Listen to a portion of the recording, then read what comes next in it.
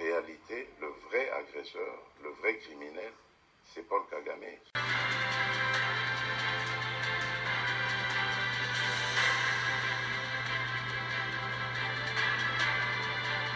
Bonsoir, bonsoir, bonjour, c'est Congo News 24. Bande Konanga, comme toujours avant de commencer notre émission, nous disons merci à Dieu. Nous disons merci à nos chers abonnés et téléspectateurs qui nous suivent partout dans le monde et en RDC. Bande Konanga, soyez les bienvenus. À la une, chers téléspectateurs, on va commencer cette émission Bandeko avec la fin de la visite du président de la République à Paris et Forum économique Metrokin. Bandeko toko développons ensemble et puis toko sola ndengeni makambo ya est obasola gina Macron la suite now. Deuxième point chez téléspectateurs, des combats à Rubaya entre FARDC Ouazalendo RDF 123. Et puis Tokoyoka, message à Fachi, oya pesi na Kagame, tamba tunaki ba question na journaliste ouyo. Makamboza minene. Alors, banamboka, toza la connecté, pe toko développer une émission na biso. Chers téléspectateurs, émission na biso bandi. Comme d'habitude, toko kende directement à Paris. Et pas wapi, obozo kapena masolo ya kusakanati, président de la République après Kosilisa na Macron masolo nyonso clôture fait visite naïe azaki na forum économique. Na forum économique bande koma kamwe développer kibeli. Mais avant de commencer na forum économique, on va parler na masolo na bango. Bolanda ki lobby une émission à lobby comment Fachi azaki direct. Il n'a pas mâché les mots. En tout cas azaki clair Macron maloba pesa ki soko vraiment zana motema naïe on peut espérer. Yangwana Fachi tanga yoki ya le bon Fachi le mena to espoir pe na France pour makambo yona S to joba groupe bien so armé ba désarmer bango ma solicile. Mais on a clairement que la situation est un peu floue. Malgré tout ça, Kagame azo piétiné. Laissez le fait étalé. Azo continuer na armée rwandaise progression. Alors, situation tozana ngona ezo senga ete ba konchiba ba décision moko ya makasi comme ça soko yindi bango tu bakotika bitumba wana lokwana to sali dega moko ti yango mona armée rwandaise ba osakana soki lelo amo ba bombe kuma ko ya partout pe côté na bango bakotika. Alors, le président François Kolobane combien de fois ba lobby tout le monde a quel côté. Et nous restons à côté de biso to agir na ndenga makasi. To l'aksabon ke biso to zali. Alors, en tout ça, bango bazana besoin ete badjaka ba minéraux feli.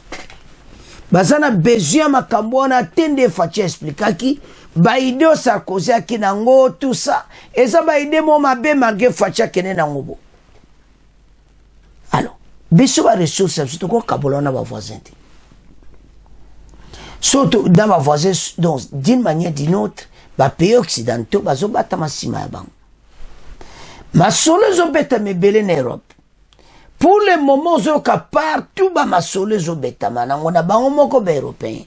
Na le parlement européen en tout ça. Si dossier oyo. Quand bango pesa Kagame sanction. Bah, c'était pour simple raison, ils savent les motifs et agressions rwandaises. Et puis, nous avons des jeunes combattants où ils télémina faire des ensemble pour la Kubunda. Dossier à c'est comme un niveau moussous. Bah, jeunes on peut pas comme une expérience. Armée sont comme une expérience. Donc, c'est que l'armée rwandaise a au salalilou. Ils vont payer tout tard. Cette armée, au bon, va combattre. Cet éléphant, au bon, va boiter. L'éléphant de l'Afrique centrale, la EDC. L'obia cause à la boité. Et tous ces pays voisins, tout ba oyo ennemi nyonso ya RDC baya kosutuka baomona position na biso eloni toosenga armée etelema avec force esala makambo ya kitoko ozomona me bato oyo bandeko so ozotala ezosala propriété ezosenga ete compréhension moko totale bamindele oyo batika kozala nsima Kagame oyo bazoloba basala elobi Lutundula alekaki na TV5 alobi batuni ye eske makambo Macron alobaki sava alobi un peu parce que loba combien de fois toza na besoin ya action mais action ezosalama te bazokoka Kagame te. Pourquoi bazokoka Kagame te? Ce n'est pas par la force ou bien comment, c'est parce que Kagame connaît leur intention. Kagame ayebi ndenge nini basolaki lelo bango baochange mpo makambo ye mobulu. Kagame alo toyokanaki boye te wana ye na baeuropéen na baaméricain. Donc c'est ça problème oyo eza wana. Kagame savent très bien que situation ndenge ezokende donc eza mobulu. Alors Fachi après masolo wana na forum économique baza na besoin mboko ba construire yango. Kinshasa eza na besoin ba embellir yango. Ce pays toza na pays mo kitoko. Mais bon comprendre batu mo baye ba détruire mboka na biso batike okabo.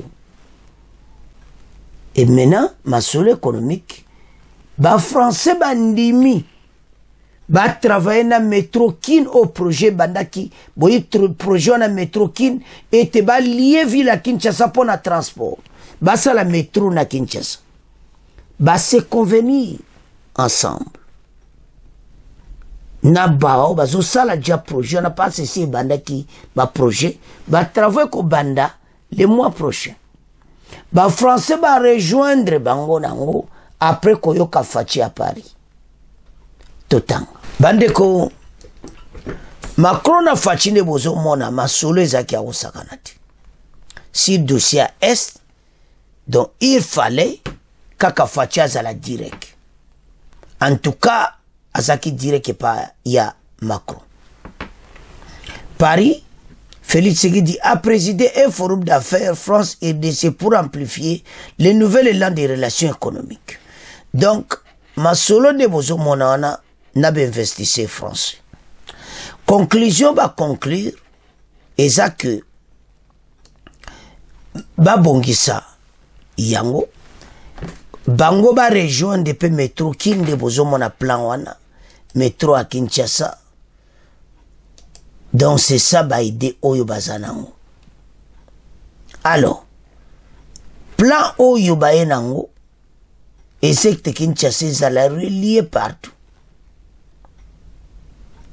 Et bah idée wana ezaki soutenu. Alors yango bozo mona ke makambo comme na niveau oyo komi lelo. Donc ezaki to parce que mboka esenga ba evita la vraiment transformer métro Kinshasa. Donc kitoko na ba idée o nyonso bango ba yenango. Alors en voyant tout ça, mboka oyo kozala mbeli soki projet oyo esalami. Transport à Kinshasa pays où eza vraiment plusieurs bateaux bazado transport ezo nikli eza ko gêner bateau. Je vous assure que masolo oyo Fachi bandi bako bongisa mboka oyo pe tokomona masolo kitoko. Alors tolanda extrait oyo d'abord et ko banana message à Fachi masolo bazalaki nango et puis message à Fachi na ba investisseur français tolanda bang. Madame, Messieurs, bonjour. Ce mercredi 1er mai marque la fin de la visite officielle du président Tshisekedi à Paris en France. Occasion pour le chef de l'État congolais de rencontrer la communauté congolaise sur place avant de quitter le sol français. Justement, comment cette visite est perçue par les ressortissants congolais qui résident en France? Christophe Mafuta est un juriste et chercheur congolais en relations internationales et diplomatie établi depuis de longues années à Paris. Il voit d'un bon œil ce rapprochement entre la RDC et la France, vu surtout le rôle majeur que joue la France dans la diplomatie internationale. Les propos de Christophe Mafuta ont été recueillis par Cynthia Bachizi. Alors je pense que la visite du président Tshisekedi aujourd'hui à Paris est une bonne chose. Ce rapprochement entre Kinshasa et Paris, c'est un avantage aujourd'hui pour la diplomatie congolaise, vu surtout le rôle majeur que joue la France dans la diplomatie internationale. Et je pense que la visite du chef de l'État doit être ce porte en tout cas qui ouvre le pays également à pouvoir aider le pays à pouvoir trouver des solutions à cette situation qui prévaut au pays en République démocratique du Congo depuis plusieurs années, surtout principalement le conflit à l'Est et le conflit avec le Rwanda. Et en même temps, j'ai vu que le président a passé beaucoup de temps à visiter, à faire des salons avec des entrepreneurs français, à visiter le monde des affaires français. Je pense que sur ce point-là, nous ne devons pas rester dupes. La République démocratique du Congo doit également se responsabiliser pour laver, cleaner son image par rapport à tous les scandales de corruption et des détournements qui ne sont pas cachés, qui sont très visibles aujourd'hui. Et le Congo doit savoir en tout cas joindre ces deux aspects, ces deux choses pour pouvoir tirer un bon avantage de ce rapprochement, comme je l'ai dit, entre Kinshasa et Paris. Félix-Antoine Tshisekedi lancé à des potentiels investisseurs français intéressés par la RDC. C'était lors de la table ronde d'affaires co-organisée par le MEDEF, patronat français, et la Fédération des entreprises du Congo FEC dans l'enceinte du ministère français de l'économie. Félix-Antoine Tshisekedi rassure les uns et les autres quant au climat des affaires, première crainte des investisseurs étrangers attirés par la RDC, avec certains dispositifs mis en place. Je vous propose d'écouter Félix Samouna à ce sujet, le président de la Commission nationale PME au sein de la FEC. Il a pris part à cette réunion. Le président de la République, il se définit comme le premier promoteur de la destination RDC. Et il a renforcé cette position en parlant de pompiers. Pompiers, pour ce qui est du climat des affaires, qui est la première crainte des investisseurs venant de l'étranger, c'est de croire qu'en RDC, le climat des affaires est difficile. Bien sûr, il est difficile, mais il n'est quand même pas plus difficile que dans d'autres pays. Mais enfin, le président de la République a apporté son soutien en disant qu'il sera le premier pompier, c'est-à-dire que chaque fois qu'il y a une alerte, grâce à la cellule climat des affaires qui lui est directement rattachée, que dirige M. Roch Bachala, les entreprises étrangères peuvent attirer l'attention du chef de l'État. Et je crois aussi qu'il en va de même pour les entreprises congolaises. Ce qui est important aussi à retenir, c'est la volonté affichée, en tout cas, des entrepreneurs français de revenir sur le Congo ou de venir renforcer les positions sur le Congo dans les 4 secteurs qui étaient les secteurs thématiques, c'est-à-dire l'énergie, l'infrastructure, l'agriculture et construction de villes nouvelles. Signalons que cette table ronde s'est clôturée hier soir avec la signature de 2 contrats. Il s'agit d'un contrat pour la certification des minerais avec la GECAMINE et un autre avec Metrokin pour la construction d'un réseau de trains urbains à Kinshasa. Le président Félix-Antoine Tshisekedi a également confirmé l'implication de la France dans le projet du Grand Inga. C'est un dossier signé Cynthia Bachizi. Alors, bandeko, tolandi biso nyonso comment mokonza mboka asololaki na Macron epi asolola na bainvestisseur baavanse na mboka oyo ekende liboso tomona bametro tomona biloko ya sika pays oyo ekende liboso toyebi ete situation ya transport eza pena mobulu. Il y a d'autres côtés, il y a des oyo bawaza baza komema batebele baza komema oyo kakapena donc mawatro. Alors lokola biloko wana ezosalama emwani clairement ete baapuye mboka na yango osomona bana wewa Kinshasa ekomi kaka bango na bango nde tolandi wana parce que mokonza mboka après masolo na Macron en tout cas nde tolandi ake kosola pona métro Kinshasa transport à ville à Kinshasa eza na tracasserie ya kusakana te mais baza ko avancer nango masolo beta maki déjà ba moni te ba avancer na projet oyo bandiki banakala pays oyo ezana besoin ya aide makasi pour na transport à Kinshasa. Donc surtout comprendre déjà il y a des avancées na projet oyo. Ça va commencer avec des Turcs et maintenant les Français bazo kota. Alors tout le monde a clairement été mboka et quoi avancer. Avec la structure asika pays oyo et avancer tout le monde a transport na kadamboka et téléma. Donc c'est ça où est très important. Mais ce que tali la situation toujours vivre au monde a que pays en tout cas ezana musika. Mais ça va avancer.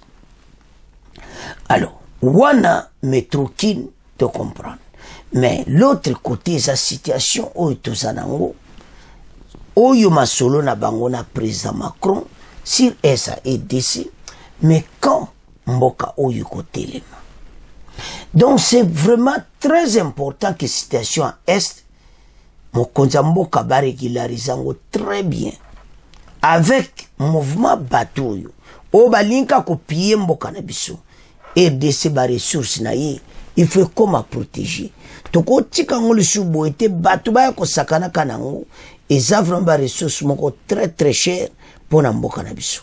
Alors soko zotala au mona clairement été en tout cas ba ambition ya ba voisin e ko suka na ngona nzila ba ko mona l'air mo penaki oui to suki awa.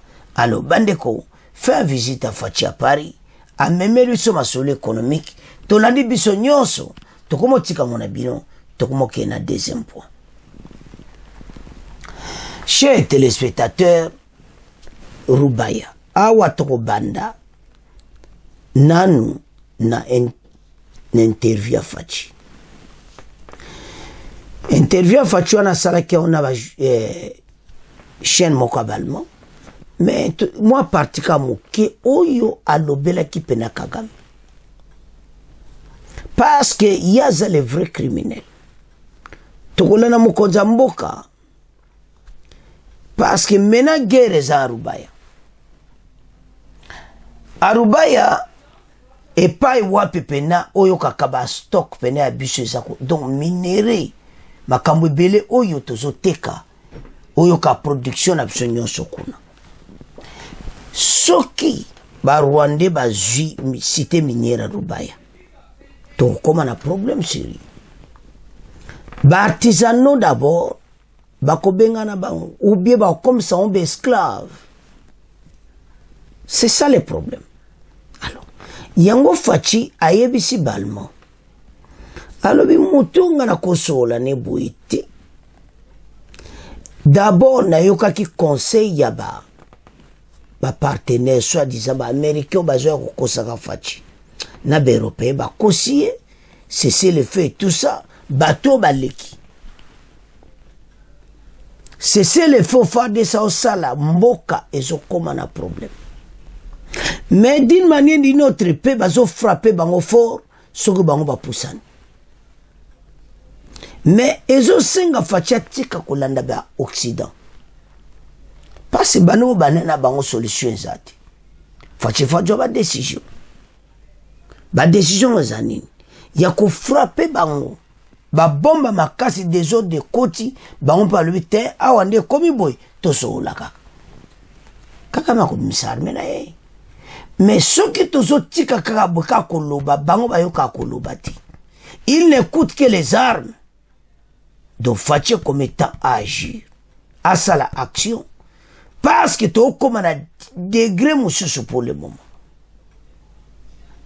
Alors, tu as un président de la République, ndenga Gazaki Kagame, bon après to kende, na oye yindi, à la cité de Rubaya.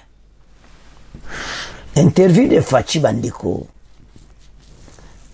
à l'obina bango, na Kagame, en tout cas, na koso la na yuti. Avant de cela, il faut bima. Tu as armé non bima. Il a insisté sur l'armée 23 à côté qu'à la jamais que cela na arme na M23 on a pas ces coquilles vides. C'est l'armée rwandaise. Comme les armées rwandaises, yazwa batu na ye abima na bango. S'il quitte, wana après tokolo makamusu. Mais pour le moment, on ne peut rien parler. Voilà la situation d'Engezali. Alors, Tolanda, extrait Oyo, Bongo, to avance. C'est-à-dire que vous êtes toujours prêt, comme il a été convenu, à rencontrer Paul Kagame. Mais j'ai toujours dit que je ne rencontrerai jamais le M23 parce que c'est justement, comme je l'ai dit,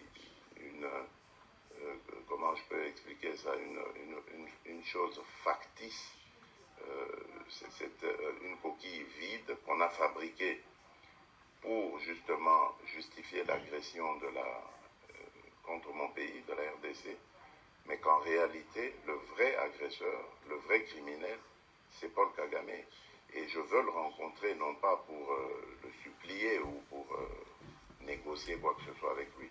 C'est pour lui demander et lui dire clairement, les yeux dans les yeux, que c'est un criminel, que ça suffit maintenant, son petit jeu est connu de tout le monde, ça suffit ce qu'il a fait à mon pays et à mon peuple, et qu'il est temps qu'il quitte le territoire, le sol de mon pays. C'est ce que je veux obtenir de lui, mais en le lui disant en face, parce que par presse interposée, parfois, ça n'a peut-être pas la même portée. Bandeko Tolandi Bissonyoso, président de la République. Aza le vrai criminel, le vrai agresseur, c'est Kagame. Bakosoulate azwa armene abimana bango. Aotira kosoula na M23 tiba Congolais bomona place fachi a telemi. Tant moukonjajo ba décision bo sadi ayebi ke place armée na ye komi bateau ba o lekati. Donc là où ils sont stationnés bako vandana pour ils s'occupent quand toko bengana bango. Malheureusement, le peuple a continué à souffrir dans la place Bakimi. Alors, donc, ça détermine. Et c'est ce qu'on a fait, à télémina position, à céder. À céder par ma cour, le communauté, à céder par toutes les places à Zokende. Maintenant, internationalement, Ndenga Lobine qui a un vrai criminel, Kagame peut essuyer. Parce que la diplomatie, normalement, le mot en a dit. Et fatia kumo lubango direct et pane po yayoka et côté penza na ebite so bozo monati to fungula misute bo ko zamboka ndinga zolo bataza à l'aise armée za makasi. Le problème qui est là, problème to vivre nango et ça problème abiso na biso parce que trahison pesa na kati ya mboka na biso. Il y a un groupe à battre, qu'on a fait ça bunda da diplomatie partout, à zo bunda tous ban, armée zo bunda, mais il y a des gens qui bunda sur armée. Bisomoko. À l'intérieur, tous ont découragé armée. Mouta ça va discours à sa émission il y a 1 heure du temps, à zo finga fardis, à zo finga président de la République, à zo finga mboka. Vous en dégagez. Le pays est en guerre. Beaucoup comprendre ceci quand le pays est en guerre. Tout qui n'est pas bien normal, ce pays va avancer. Tout qui est en position en athée. Mais il faut comprendre que tant que nous avons temps et zamabé, nous sommes en athée. Et je sais que tout ça là ensemble, mais batango, bako tika la kosepela na balingimboka na bangote. Un Congolais se moquait dans Mboka no moko. Et c'est ça là. Ozo finga Mboka na yo moko. Naba konzi tout le monde. Ozo décourager armée, ozo bunda na front. Et c'est ça normal. Bande ko to comprendre loko wana. Po Mboka na pseke liboso. Toko kende boete avait battu des intentions à mabe contre Mboka yo moko. Kolo à mabe jusque là. Toko kende wapi. Botala problème autozanamo. Ba Congolais tolamuka. Le pays ne peut pas avancer comme ça. Pays zo senga to la bomoko dans l'unité to avancer na pays. mais ceux qui n'a pas la nabi ah pays na biso non batu ba osala makamoko mabe citation tozanango pour le moment ezo senga congolais biso stotelema tolandi mokonza mboka zoyebisa ye clairement ke aza criminel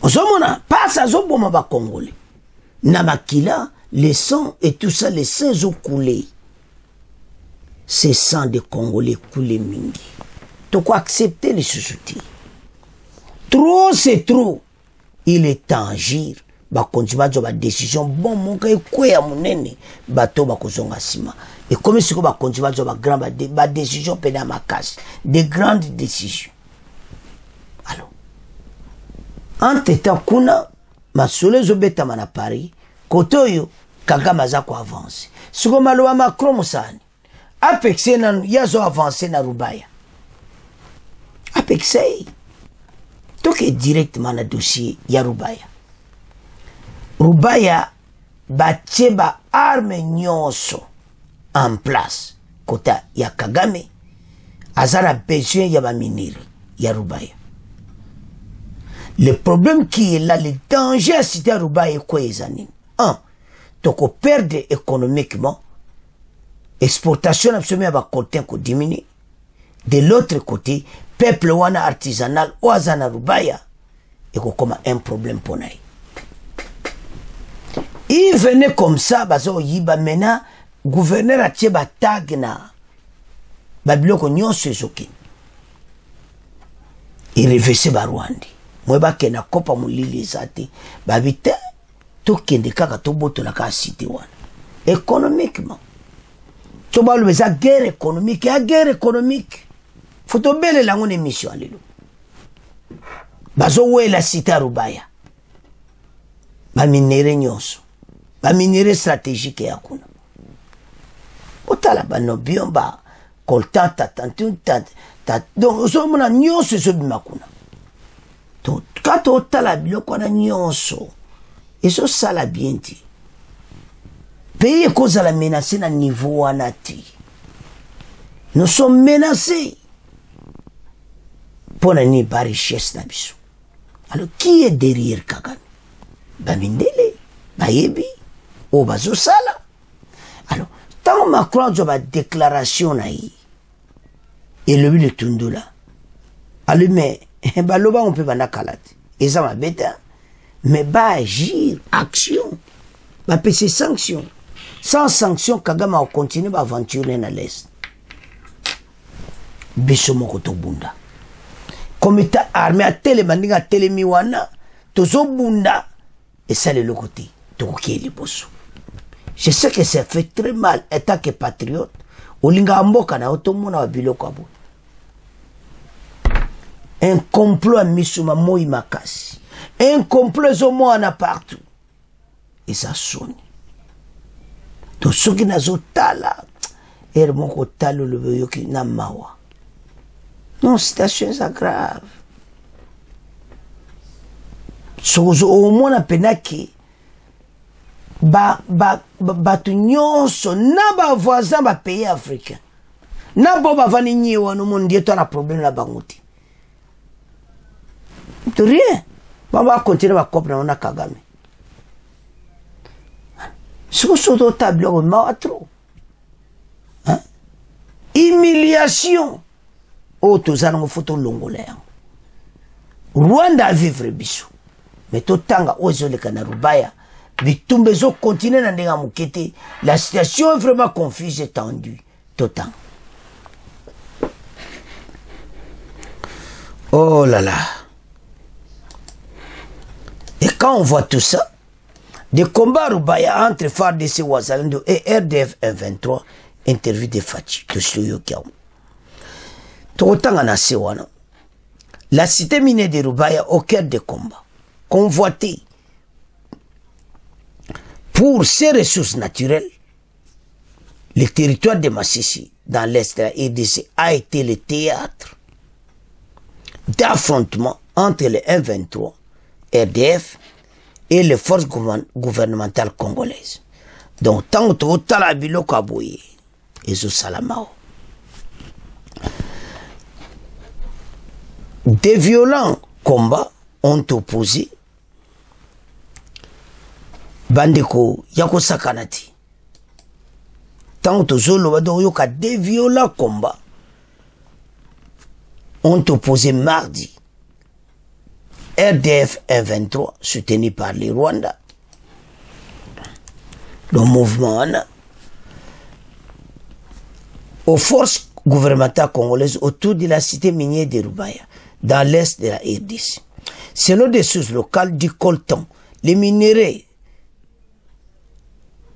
stratégiques pour l'industrie électronique et notamment extraits des mines de Rubaya dans les territoires de Massissi, de la province Nord Kivu, à une quarantaine de kilomètres au nord-ouest de la capitale provinciale de Goma. Les RDF 123 Bandeko ont pris plusieurs collines. Le bazu djeba colline belé. Ozomona. Et ce koyo, et le konini mena oyo to comme nango problème. Exact pena tozo bunda bango donc biso to bangomba mususu bango pe bangomba mais autour ya Rubaya. Ozomona. Alors les RDF 123 ont pris plaisir qu'on surplomba la ville et a déclaré un habitant par téléphone appuyé par des unités de l'armée rwandaise. Dans la localité de Rubaya Nord, qui vous des sources locales précisent que la coalition a attaqué la coalition et a attaqué la position phare d'ici. Donc coalition RDF 123 dont na Ouganda pas à Simawana, a attaqué la position phare de dans le village de Rutiga, à plus ou moins 5 km du centre de Rubaya. Et un négociant dans la zone affirme que la coalition a lancé ses attaques après l'arrivée des tags de minéraux livrés par le gouvernement militaire. Tant qu'il y a des tags de minéraux, et ça les bango bien dit. L'exploration ne peut être suspendue à Rubaya car la population de la zone peut mourir de faim. Pour Bamba Vivana. L'exploitation se poursuit et la situation est un peu calme par les RDF Bandeko. Parce que les bosso, RDF a profité nango. Envoyer ces négociants pour acheter les minéraux non tracés et l'envoyer au Rwanda. Mais quand le gouverneur a décidé de tracer les minéraux par les tags, alors les RDF, si comme a décidé d'habiter, le commune va tag boye. Il ne peut plus accéder facilement aux minéraux car ils sont tagués. C'est ainsi qu'ils combattent pour prendre le contrôle de Rubaya et exploiter comme ils veulent. Bota la citation toujours vivre. Cette cité de minières est à vivre la tension Mawatou. Bitumbezo continue pour le moment et l'okoto baya kezanin. Batbazo pesa be information moko même atali kamuna ne salamiti. To wike bitumbezangu. To yebiete avec l'espoir faire de ça au Keliboso. Mais le que ça grave ne vous la population en Rubaya. Tala bango bazo timola artisanal. Bako sala ndenge nini. L'air est grave. Donc au moins a clairement été situation tellement confuse. Et Zosenga était vraiment Ezalas, phare de sa salle fort, était bateau bazo Rubayati. Parce que la peine catastrophique. Alors, Tolanda extrait Oyo, bongo to avance.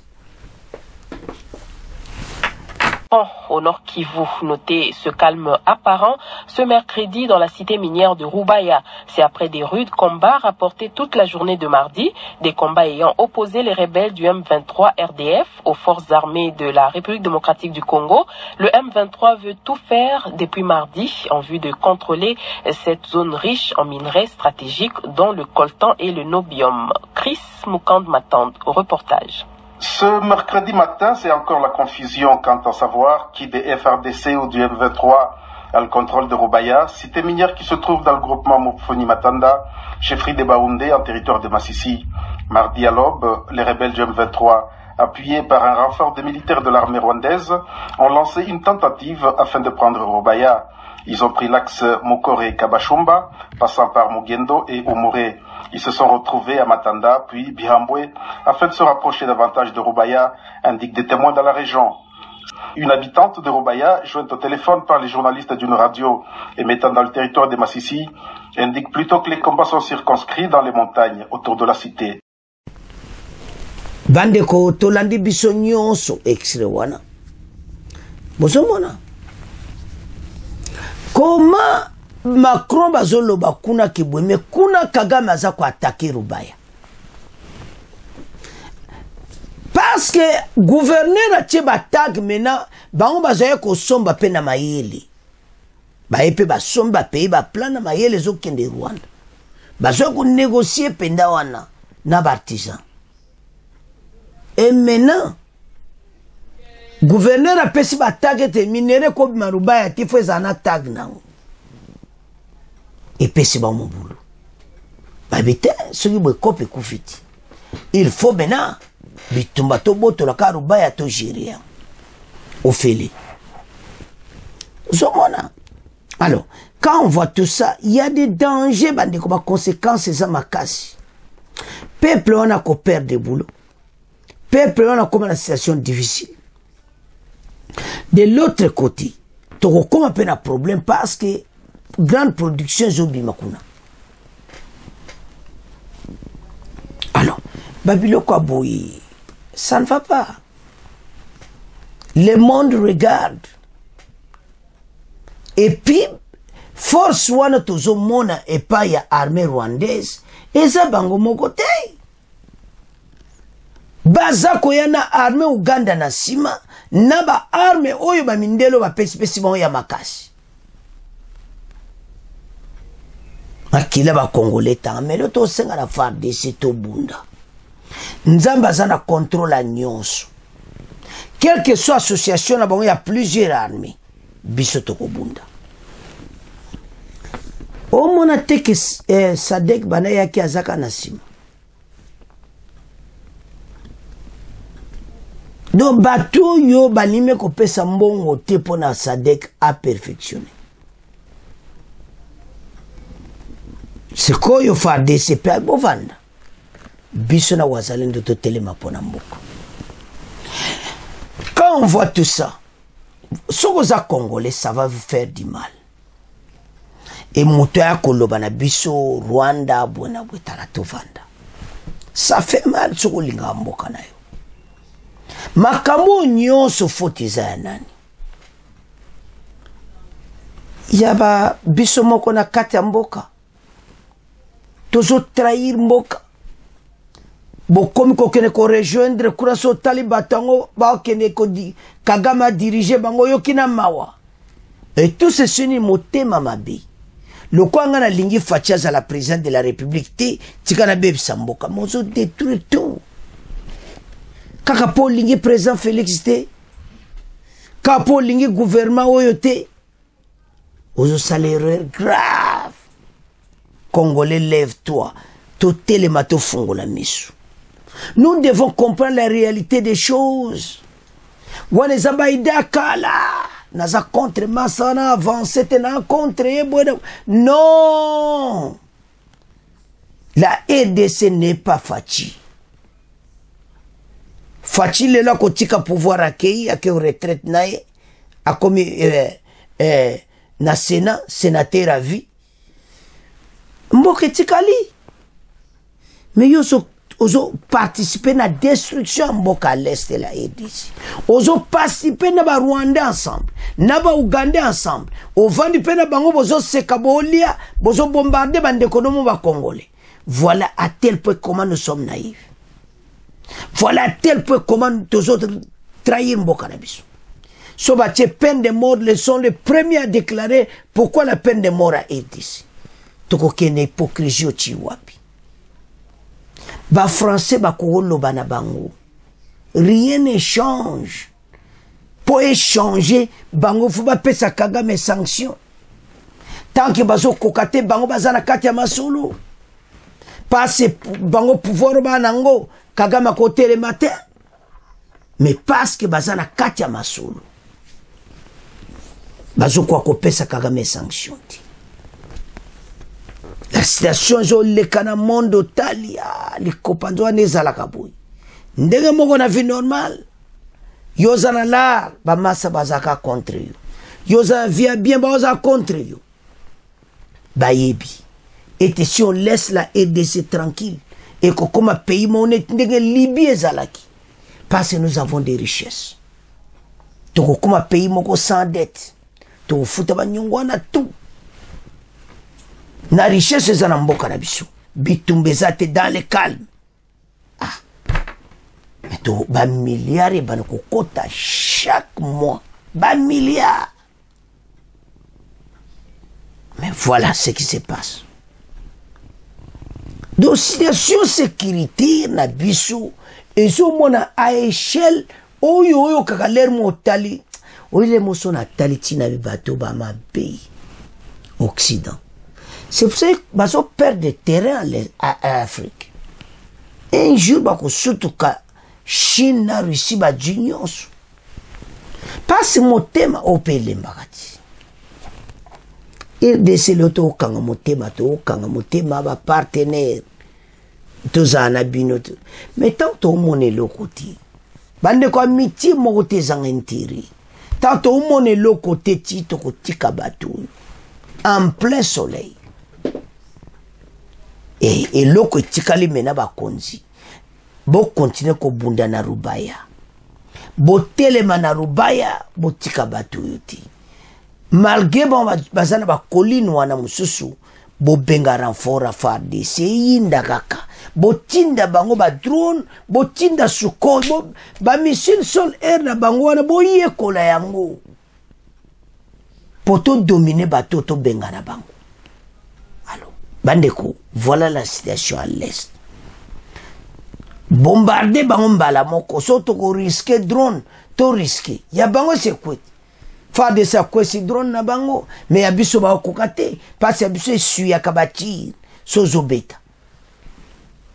Comme étant ba agir pour na mboka ko bengana ba étranger oyo ba ko benda ba minere na biso facilement. On en a marre avec ces gens. Il est temps qu'ils quittent notre pays. Et toute personne qui est derrière les Rwandais, aïeba été. Tant makambo ko sila boko mona. Alors, bana mboka sono otala. Et so sala passe mais tolinga mboka. Oza pays na biso.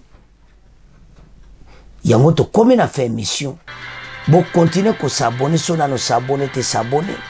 Bo partager mission. Au revoir. À la prochaine.